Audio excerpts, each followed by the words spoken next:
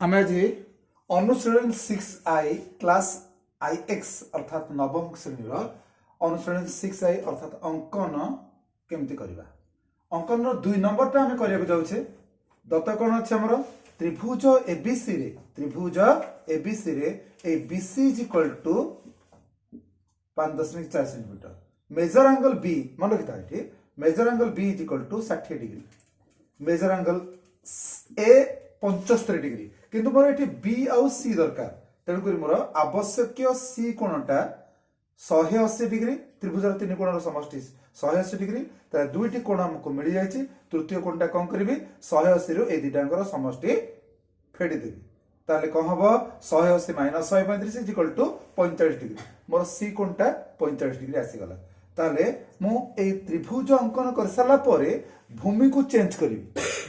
ताले भूमि को चेंज कले कौन करी भूमि बीडी नेले समक्षेत्रफल विशिष्ट एबीसी समक्षेत्रफल विशिष्ट त्रिभुजटीए अंकन करी ताले अंकन प्रणाली कौन रहिबो केमिति आमे अंकन करिबा प्रथमे देख प्रथमे आमे बीसी नै परिबा आम पई सहज अछि बीसी नै कि अंकन आरंभ करिबा बीसी मु मापी कि 5.4 सेंटीमीटर नै गली एठी मु सबुठारु सिंपल कोण होची 60 डिग्री 60 डिग्री टाको अंकन करियो चेष्टा कली चाप काटी के 60 डिग्री अंकन कर देली जब 60 डिग्री अंकन कली देख एठी 45 डिग्री 45 डिग्री अंकन करिया कहले एठी प्रथमे 90 डिग्री अंकन करी संपूर्ण 180 डिग्री करदब आकु ही अधा करके 90 पाई गला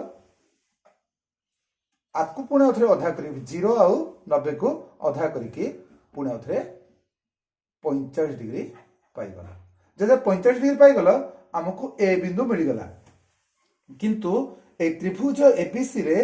हमर बीसी को चेंज करबा भूमि को चेंज करबा हैला भूमि को केते चेंज करबा बीसी इज इक्वल टू देछि 5.4 आ टिके बढ़ेबी डी पर्यंत बढ़ेबी डी पर्यंत केते हबो बीडी इज इक्वल टू मन रखता बीडी टा मो एठी नेछि त बही अनुसार टिके नेनी BD is equal to 6.9 centimetre नेछि 6.9 सेंटीमीटर काट साला परे एटा होछि BD is equal to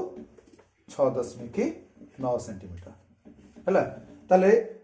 just a को डी को जॉइंट कर देबी पिले मन रखता ए को डी को जॉइंट कर देबी स्केल साथ जते जॉइंट कली एठी मोर गोटे कोण आसला को कोण एठी मु गोटे चाप काटिकी सेई चापटा को एठी काटिबी काहेकि तले एकांतर कोण समान करिकी एडी सह समांतर करी सी बिंदु रे अंकन करी एडी सह समांतर करी ए चापटा मापी देली एठू काटिली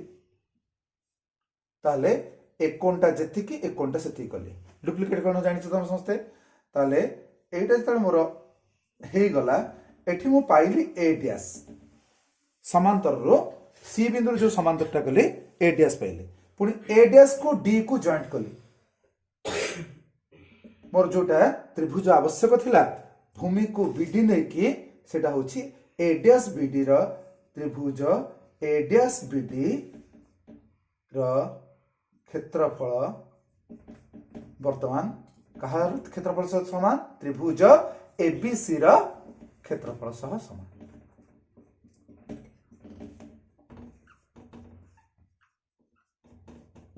ताले त्रिभुज ए डैश बीडी आवश्यक